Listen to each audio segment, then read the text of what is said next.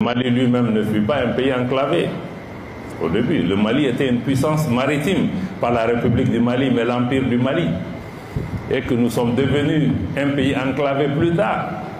Et que c'est un des empereurs du Mali, le roi Aboubakari II, qui a découvert l'Amérique. Il y a des recherches scientifiques qui existent, mais aucun de nous n'a appris ça à l'école. Aucun de nous n'a. Donc c'est nécessaire pour nous-mêmes de définir notre propre narratif, parce que quand tu es sur le narratif d'autrui, mais aujourd'hui on peut même faire de nous des armes pour détruire nos pays, parce que nous n'avons pas notre propre narratif, notre propre compréhension. J'ai pris l'exemple même du terrorisme qu'on nous impose aujourd'hui. Par exemple, certains, ils parlent même de djihadisme. Mais le djihadisme, moi, je n'utilise jamais ce mot. Parce que terrorisme, c'est terrorisme. Même le terrorisme lui-même, il est fabriqué, on le sait. C'est des gens qui ont créé, il y a 20 ans, le Mali, on n'avait pas ça ici. Donc le djihadisme est un concept, quand on rentre dedans, vous, les hommes des médias, vous devez faire extrêmement attention. Parce que nous, musulmans, nous savons que le djihad veut dire guerre au nom de Dieu. Et nous savons que les barbares, les gens qui tuent nos enfants tous les jours, mais n'ont rien à voir à dire, ils ne peuvent même pas le faire au nom du même Dieu que nous connaissons. Mais ceux qui les appellent djihadistes veulent déjà peut-être accréditer ou légitimer leur combat.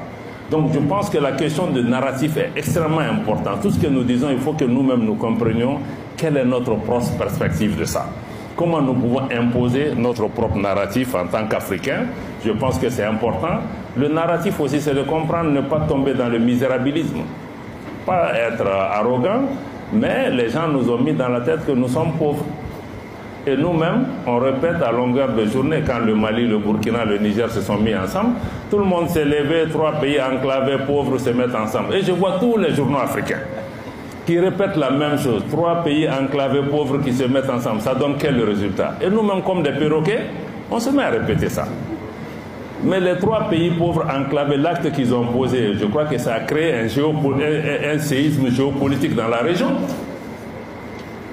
Maintenant, la dynamique est de quel côté? Mais du côté de ce qu'on appelle les 3 pays pauvres enclavés. Mais donc la force que ces pays ont, mais ça c'est sûr. Mais pourtant, nous-mêmes, on s'est dit que 3 pays pauvres enclavés, ça va. Mais même si on est enclavé, on dépend les uns des autres. La Suisse est un pays enclavé. Mais c'est un des pays les plus riches de la planète. Donc faisons attention quand est de sortir du narratif des autres. Et je sais que nous sommes en mesure nous-mêmes de compter notre histoire. Et notre histoire, elle est belle. Mais seulement, il faut qu'on sorte du complexe pour le faire. Et ça, c'était le deuxième...